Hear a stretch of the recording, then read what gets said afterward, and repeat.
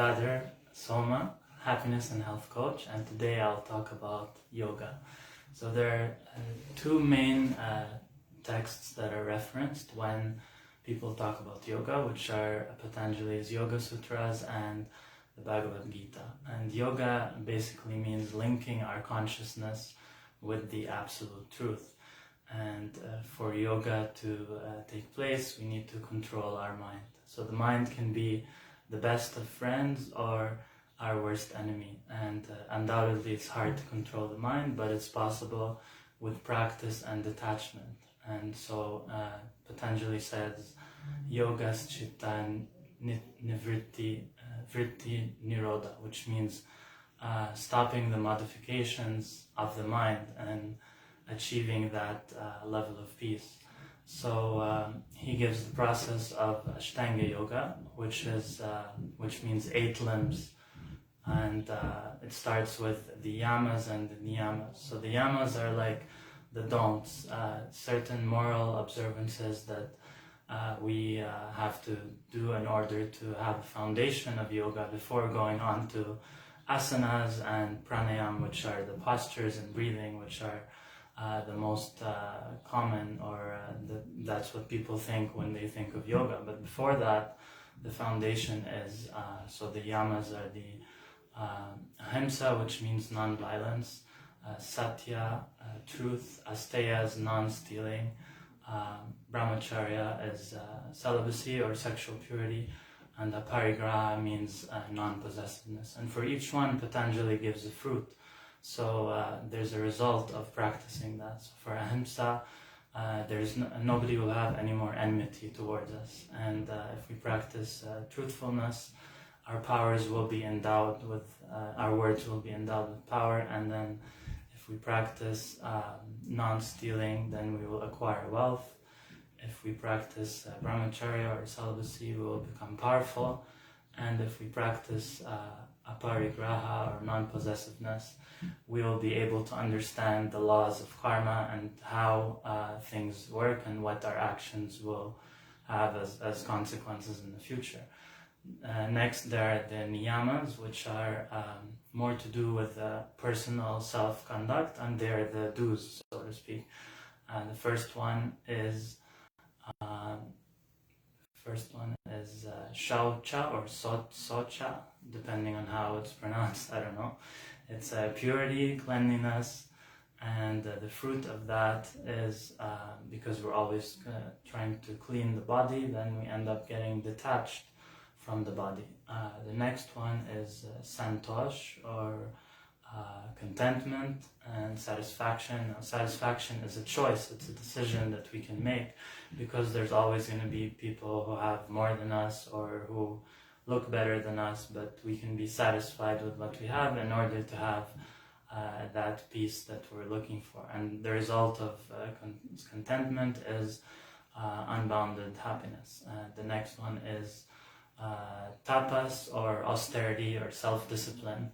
And there's several reasons to do austerity, and it's purification, insight, and control.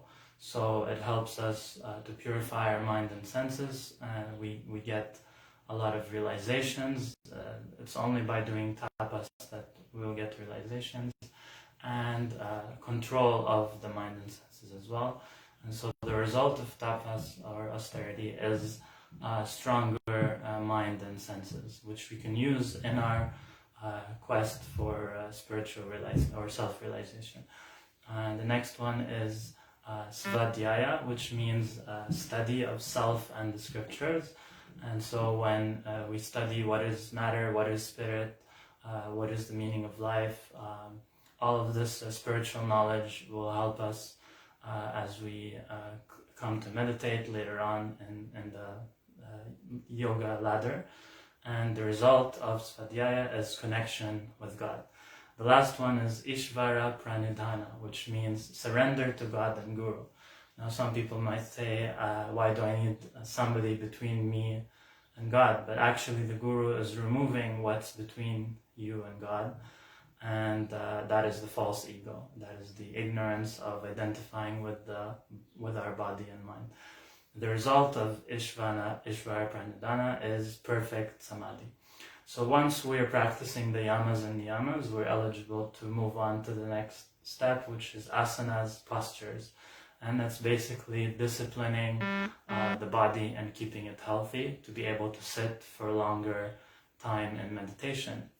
And the next four are more internal. So the next one is Pranayama, which is breath control. And as we control our breath, we also control our mind because they are connected. So yamas, niyamas, asanas, pranayama, these four are more external, and the next four limbs are more internal, which are, the first one is Pratyahara, which means withdrawal of the senses. And there's an analogy given in the Bhagavad Gita, just like a turtle withdraws its limbs, we must be able to do that in order to prevent the senses being in contact with the sense objects, because that is what creates our attachment, and that is what creates our suffering. And so there's a space between when our senses are stimulated and the response. So if we are always reacting to the stimuli, then we'll never be in control of our mind and senses, and it's just going to be chaotic. So Pratyahara also means withdrawal from material activity, or the cessation of material activity, which means the beginning of spiritual activity. And Krishna gives an easy way to do that, which is Bhakti Yoga. I'll talk about that a little bit later. Next is Dharana, which means concentration. So concentrating the mind on a flame or a picture or a mantra or the tip of the nose or between the eyebrows. There's many different ways. And the idea is to concentrate and one-pointedness. The next one is Dharana, which means, Dhyana, which means contemplation. And so Dharana and Dhyana lead to Samadhi. Samadhi is absorption.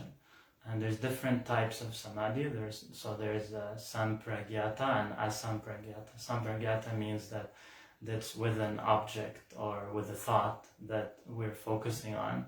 But Asampragyata means that there's no more object and the mind has stopped, and that means that we've attained the perfection of yoga, which is the absorption in the Supreme. And actually the perfection would be internal contemplation and external compassion, because once we practice yoga, we feel that it has made us happy and that we want to share that with others. So that's naturally what we will do. So Krishna talks about all kinds of yoga in the Bhagavad Gita. The Bhagavad Gita is basically a manual on yoga, and so he talks about karma yoga, jnana yoga, ashtanga yoga, dhyana yoga, and bhakti yoga, and he goes through the details and the comparison and all that stuff, and also gives an easy way of controlling the mind and senses. So he concludes with bhakti yoga, but first he talks about how we all need to act, and so we have to perform our action without expecting the fruits of the result. And so it's renunciation in action. It's not that we renounce the world and we go to a cave or something like that, because then still our mind will not be controlled. So it's renunciation of selfishness and possessiveness and being selfless in our service, and then also dedicating the fruits of our service to God, to Krishna.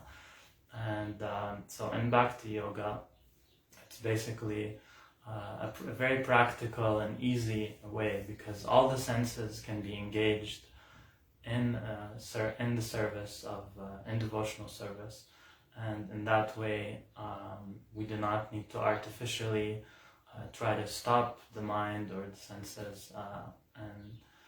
So Krishna says how Bhakti Yoga is the fastest, easiest, safest, surest way. It's harmless, authorized, recommended, practical, direct, and free. So if you'd like to know more, you can read the Bhagavad Gita or the Yoga Sutras. And I'm wishing you a happy International Day of Yoga. Hare Krishna.